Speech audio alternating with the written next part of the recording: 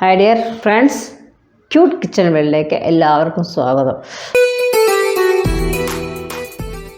എന്ത് ചൂടാണല്ലേ, ഭയങ്കര ചൂടാണ്.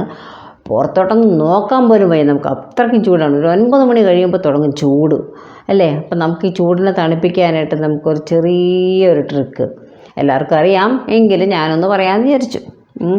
നമുക്കതിന് വേണ്ടുന്ന ഒരു സാധാരണ കറി വയ്ക്കുന്ന ഒരു വെള്ളരിക്കയാണിത്. അല്ലാണ്ട് മറ്റേ ഇതല്ല, സാലഡ് വെള്ളരിക്ക, വെറും വെള്ളരിക്ക, ഒരു പച്ചമാങ്ങ, സാധാരണ ഒരു പച്ചമാങ്ങ, ഒരു ചെറുനാരങ്ങ, കുറച്ച് പഞ്ചസാരയുണ്ട്. ഇനി മെയിൻ ആൾ വരും, അത് പിന്നെ ഞാൻ കാണിച്ചു തരാം. ഇവിടെ നമ്മൾ ആ വെള്ളരിക്കയിൽ നിന്ന് അരിഞ്ഞ് ഒരു ഗ്ലാസ്, നിങ്ങൾക്ക് അളവ് കാണിക്കാൻ വേണ്ടി. അപ്പോൾ ഇത് അത്രയും വലിയ വെള്ളരിക്കയാണെങ്കിൽ കുറേ കിട്ടും. ഞാനിപ്പോൾ അതിൽ നിന്ന് കുറച്ച് മുറിച്ചെടുത്തിട്ട് ഉണ്ടാക്കി. ഒരു ഗ്ലാസ് വെള്ളരിക്ക ജാറിലോട്ടിട്ടു.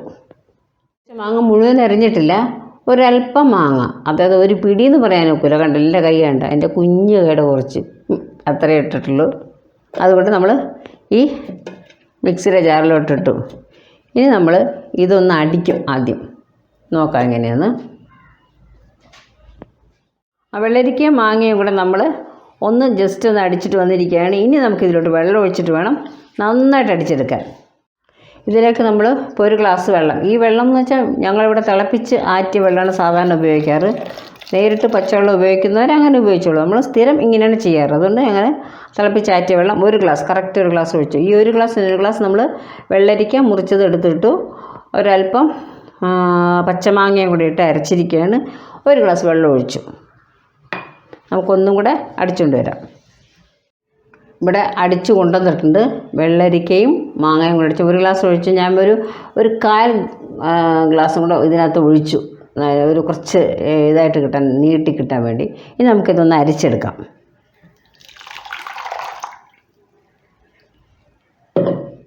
ഇതിലേക്ക് ആവശ്യത്തിനുള്ള പഞ്ചസാര ഇടുക.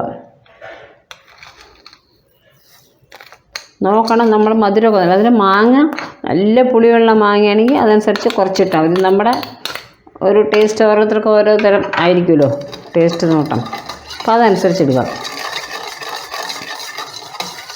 നന്നായിട്ട് കലക്കാം നമുക്ക്.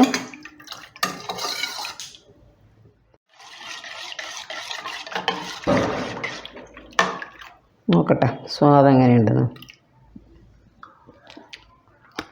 ആഹാ, നല്ല സ്വാദം.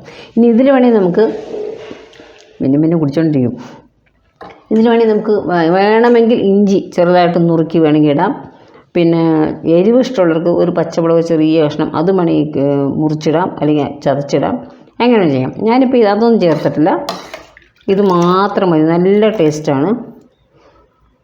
ഇത്രയും നേരം നിങ്ങളിത് ആസ്വദിച്ച് കണ്ടതിന് ഇതിനെ ഉണ്ടാക്കി ആസ്വദിച്ച് കുടിക്കുമ്പം എന്നെ ഓർക്കണം കേട്ടോ. എല്ലാവർക്കും ഇത്രയും നേരം കണ്ടതിന് നന്ദി, നമസ്കാരം.